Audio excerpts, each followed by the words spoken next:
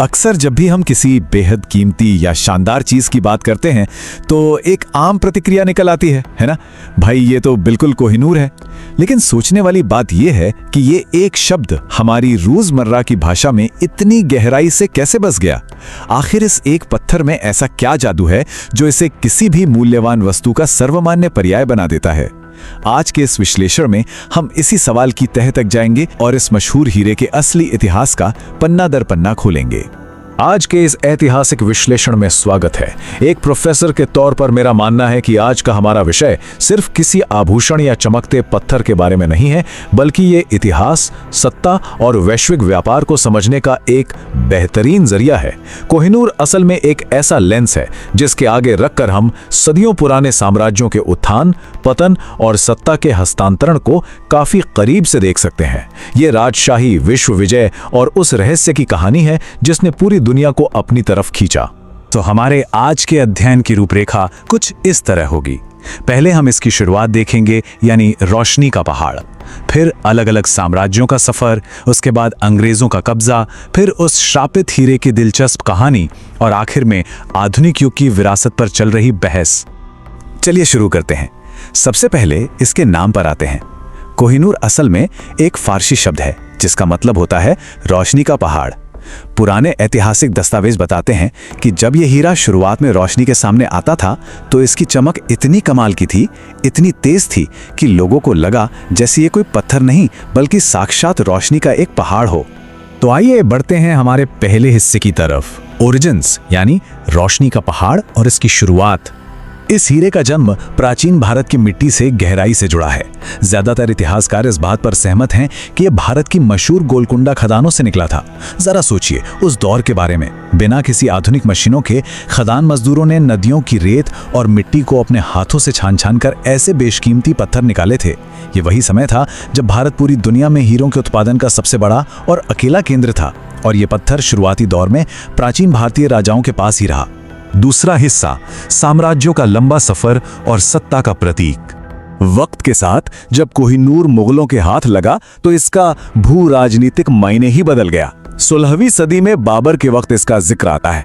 मुगलों ने इसे सिर्फ एक गहना नहीं बल्कि अपनी असीम सत्ता और शान के सर्वोच्च प्रतीक के रूप में देखा। अपनी ताकत पूरी दुनिया को दिखाने के लिए उन्होंने इसे अपने बेहद मशहूर मयूर सिंहासन यानी पीक थ्रोन में जड़वा दिया था। एकदम गजब का प्रदर्शन था यह सत्ता का। लेकिन जैसा कि हम इतिहास में हमेशा देखते हैं, सत्ता कभी एक जगह टिकती नहीं है। 1739 में फारस के शासक नादिर शाह ने भारत पर एक बड़ा और भयंकर हमला किया। दिल्ली में भारी लूटपाट और खून खराबा हुआ। इसी उथल पुथल के बीच नादिर शाह के हाथ ये हीरा लगा। कहा जाता है कि जब उसने पहली बार इसकी रोशनी और चकाचौंध को देखा तो उसके मुंह से हैरत अंगेज होकर निकल पड़ा कोहिनूर। और बस यहीं से इस हीरे को अपना एक फारसी नाम मिला। ये कोई साधारण नामकरण नहीं था बल्कि सत्ता के एक निर्मम हस्तांतरण का सबूत था। नादिर शाह की मौत के बाद इस हीरे का सफर और भी ज्यादा उथल पुथल भरा हो गया।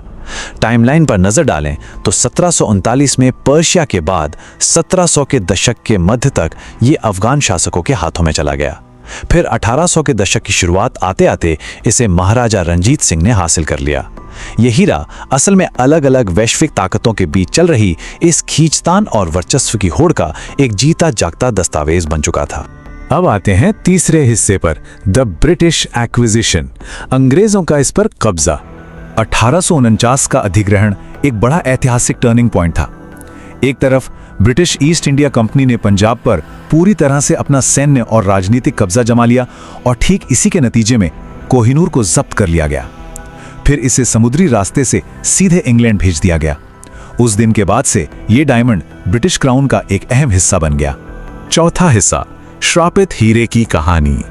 एक दिलचस्प सवाल, क्या यह हीरा वाकई श्रापित है या यह बस एक मिथक है? इस हीरे के साथ एक बहुत ही खौफनाक कहानी जुड़ गई। वो किस्सा कुछ इस तरह है, जो भी पुरुष इस हीरे को पहनेगा उसका दुर्भाग्य शुरू हो जाएगा। अब सुनने में तो ये किसी डरावनी फिल्म की कहानी लगती है, लेकिन इसके पीछे का सच ये है कि कोहिनूर हमेशा से युद्ध, खून खराबे और सत्ता छीनने की लड़ाइयों के ठीक बीचों बीच रहा है। जहां यह हीरा गया वहां तख्त पलटने और तबाही की नई कहानी लिखी गई। इस श्राप का मनोविज्ञान भी अपने आप में बहुत रोचक है। इतने सारे खून खराबे के इतिहास की वजह से लोगों ने इसे श्रापित हीरा मानना शुरू कर दिया। अकादमिक तौर पर देखें तो यह सिर्फ एक अंधविश्वास या मिथक है, पर इसका असर इतना सॉलिड था कि ब्रिटिश राजघराने के राजाओं ने इस श्राप के डर से इस हीरे को पहनने से हमेशा सख्त परहेज किया। उन्होंने तय कर लिया कि राजघराने के पुरुष इसे नहीं पहनेंगे। तो चाहकर भी सदियों का ये डर उनके व्यवहार पर असर डाल ही गया। और अब हमारे 5वें और आखिरी हिस्से पर आते हैं, आधुनिक युग की विरासत की बहस। आज की डेट में ये हीरा एक बहुत ही जटिल अंतर्राष्ट्रीय विवाद का मुद्दा है। एक तरफ भारत का एक मजबूत रुख है। उनका मानना है कि कोहिनूर देश की चुराई गई राष्ट्रीय विरासत है, जिसे औपनिवेशिक यानी कॉलोनियल दौर में जब्त किया गया था और अब इसे वापस लौटाया जाना चाहिए। वहीं दूसरी तरफ आज भी ये हीरा इंग्लैंड में ब्रिटिश क्राउन ज्वेल्स का हिस्सा है। एक तटस्थ विश्लेषक की तरह सोचें तो ये पूरा विवाद हमें ये दिखाता है कि आज की आधुनिक दुनिया में हमारा पुराना कॉलोनियल इतिहास और उसकी विरासतें कितनी ज्यादा उलझी हुई हैं। चलिए इस पूरे विश्लेषण को एक जगह समेटते हैं। कोहिनूर सिर्फ खदान से निकला कार्बन का एक चमकता टुकड़ा या रोशनी का पहाड़ मात्र नहीं है। इसके असली पहलू, इसका इतिहास, असीम सत्ता की भूख, इंसानी लालच, युद्ध और 1000 साल पुराने रहस्यों से जुड़े हुए हैं। ये असल में एक ऐसा ऐतिहासिक दर्पण है जो मानव स्वभाव की गहरी सच्चाइयों और साम्राज्यवाद की कड़वी हकीकत को हमारे सामने रखता है। और अंत में छोड़कर जा रहा हूं एक सवाल के साथ। जरा सदियों के इस खून खराबे, साजिशों और गिरते हुए साम्राज्यों के इस मूक गवाह के बारे में सोचिए।